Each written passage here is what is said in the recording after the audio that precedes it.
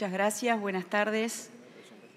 Gracias por la invitación, la verdad que para mí es un honor estar acá y poder mostrarles un poquito todo lo que nosotros conocemos del mar.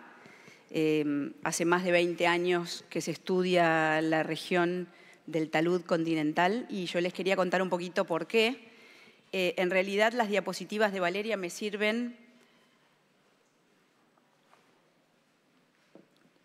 porque yo sabía que tenía que hablar 10 minutos o 15 y me daba miedo poner mis diapositivas y extenderme, porque claramente uno se apasiona con lo que hace y entonces podemos dejar acá para que ustedes después hagan las preguntas que quieran o se comuniquen con nosotros, no hay ningún problema.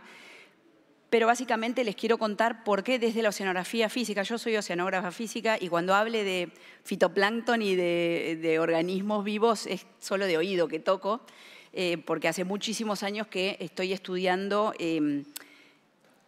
por qué el sistema marino del talud es tan importante.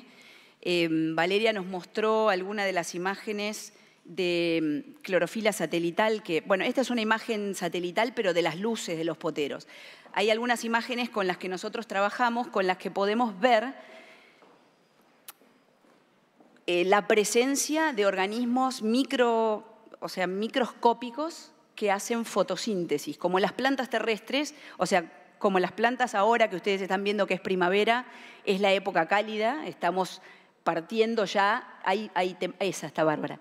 Hay temperatura, gracias, hay temperatura suficiente, empieza el calor, la luz y todo lo que hace falta para que los organismos que hacen fotosíntesis, los que son verdes, que tienen clorofila, todo lo hemos estudiado eso seguramente en el colegio, empiezan a generar carbono.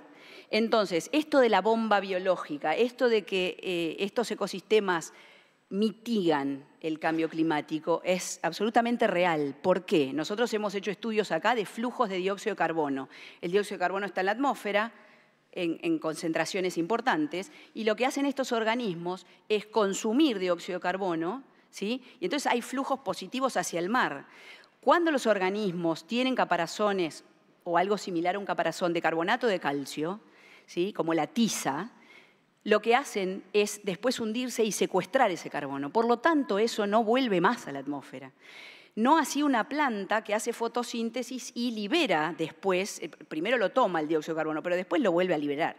¿Por qué es importante lo que Valeria dijo de las macroalgas que se van bien al fondo a través de los cañones submarinos? Porque ahí lo secuestrás al carbono. En estos sistemas de corales lo secuestrás. En cambio, si lo toman, si lo consumen y después lo reemiten, ahí no hay un potencial para el secuestro o para la mitigación de lo que sería el cambio climático. Espero que eso se entienda bien, porque a veces se repite esto de que se mitiga el cambio climático, pero no hay un conocimiento real, por lo menos conceptual, de lo que eso significa. La imagen de la izquierda, el panel de la izquierda, esa hermosura, parece pintada realmente por un pintor, es una imagen satelital de color real, es decir, es como si uno sacara una foto directamente desde un avión, pero esto es de un satélite a 700 kilómetros de altura. Y lo que puede ver ese sensor que está montado en el satélite es lo que ve un ojo humano, el cambio de color, ¿no? Eso, el color del mar es eso, poder ver los distintos colores. ¿Y qué son los distintos colores? Ahí hay un turquesa hermoso y hay un verde botella. Estas algas microscópicas tienen clorofila, que les ayuda a absorber la energía para hacer fotosíntesis, y tienen otros pigmentos. Y entonces las más turquesas, por ejemplo, son las que reflejan más, porque son blancas, tienen caparazones blancos de carbonato de calcio. Las más verdes se llaman diatomeas, por ejemplo, son las que crecen en los baldes nuestros del patio, donde uno llena el balde con agua para darle de tomar al perro, ¿está bien? En las paredes del balde se te pone verde. ¿Por qué? Diatomeas, ¿sí? Entonces, esas mismas en cantidades industriales están en el mar. Y esas algas microscópicas son la base de la cadena trófica en el mar. O sea, a partir de esas están las larvas de los peces que se pescan, se alimentan de eso. Entonces, eso es lo que llamamos fitoplancton, después viene el zooplancton y después los organismos más grandes en las distintas eslabones de la cadena trófica del mar. Entonces yo les estoy hablando un poquito de lo que es la capa superficial, ¿eh? Ahí donde encuentran las condiciones para poder hacer fotosíntesis y generar carbono y secuestrarlo, necesitan luz, necesitan nutrientes, necesitan que la temperatura también sea la suficiente. ¿Por qué? Porque la columna de agua en el invierno está toda mezclada, es fría, densa, el viento más intenso la mezcla. Para que puedan existir estos organismos en la época cálida, lo que tiene que pasar es que se caliente la capa superficial. Y se calienta porque hay más radiación en la primavera y el verano. ¿Y qué pasa? Como en los lagos del sur, si alguien se metió en los lagos del sur, sabe muy bien que al principio está calentito y cuando te vas al fondo te morís de frío. Esa estratificación en la columna de agua es la que permite que estos organismos queden a un nivel en la columna de agua en el cual alcanzan la luz, porque si se me van muy al fondo, no se puede hacer fotosíntesis sin luz. Y los nutrientes los empiezan a consumir. ¿Qué son los nutrientes? Un árbol en el fondo de la casa o en la vereda toma nutrientes a través de las raíces. Y por eso tienen copas frondosas y verdes en la primavera y el verano.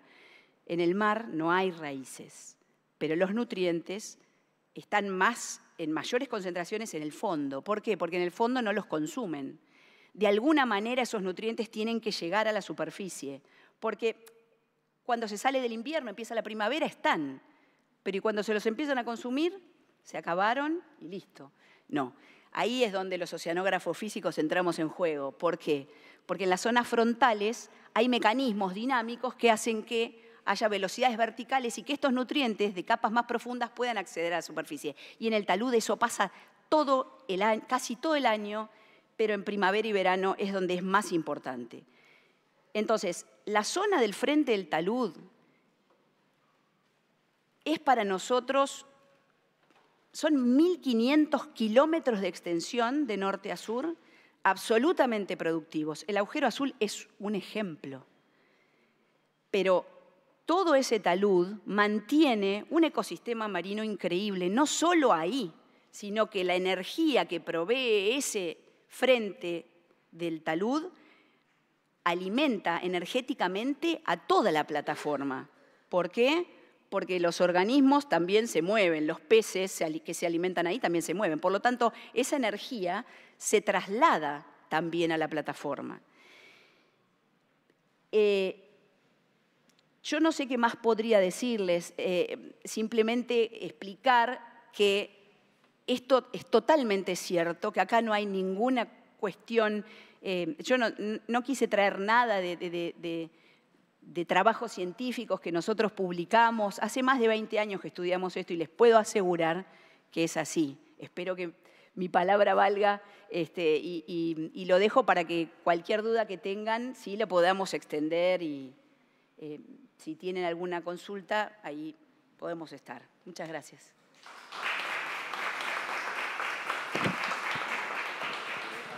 Muchas gracias.